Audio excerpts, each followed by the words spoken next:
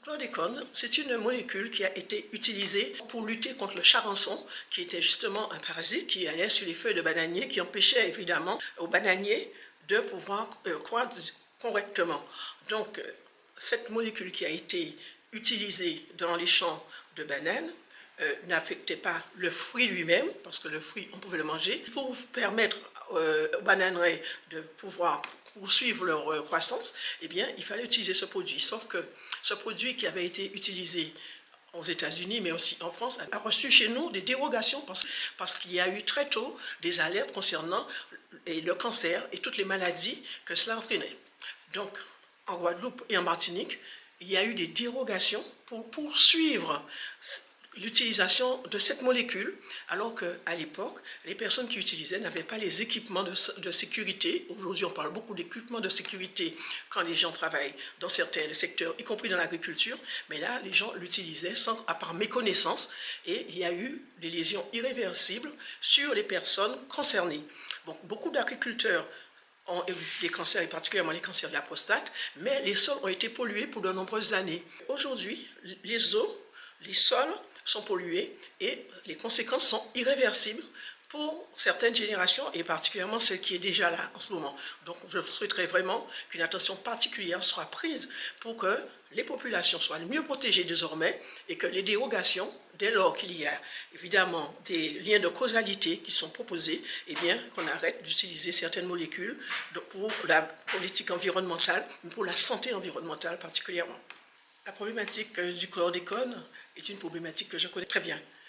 Arrivé au Sénat en 2017, parmi les premières questions et les amendements que j'ai posés pour le PLFSS de 2018, il s'agissait déjà de chlordécone.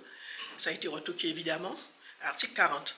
Mais c'était une préoccupation régulière parce que très souvent, je suis revenu sur la problématique du chlordécone qui était vraiment un sujet pour les différents territoires, particulièrement la Guadeloupe et la Martinique. Le problème de chlordécone s'est posé, c'est vrai, il y a de nombreuses personnes qui sont victimes, qui sont décédées malheureusement, mais j'ai aussi évoqué lors des questions au gouvernement, il y a à peine 2 ans, la problématique quand il s'est agi de parler de la prescription.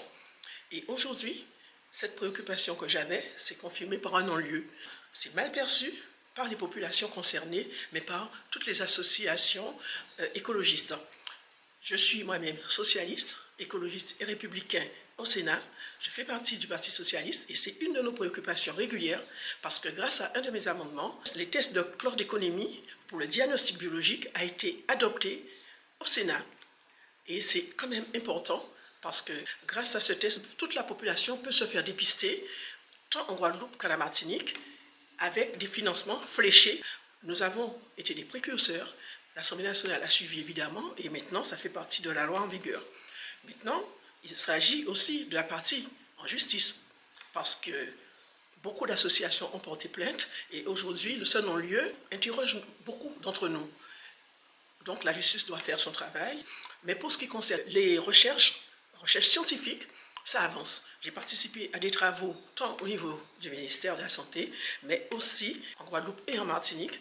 Et je crois que nous devons quand même progresser sur le volet scientifique pour une meilleure connaissance, pour une meilleure prévention et pour une meilleure prise en compte et un accompagnement sérieux des familles concernées, mais aussi mieux connaître la problématique pour mieux répondre aux difficultés que rencontrent ces territoires par rapport au foncier, par rapport à l'économie, par rapport à toutes les problématiques de la santé et des problèmes de santé publique. Et nous sommes aujourd'hui dans une dynamique qui est responsable. Nous ne voulons plus que les mêmes erreurs fassent les mêmes conséquences.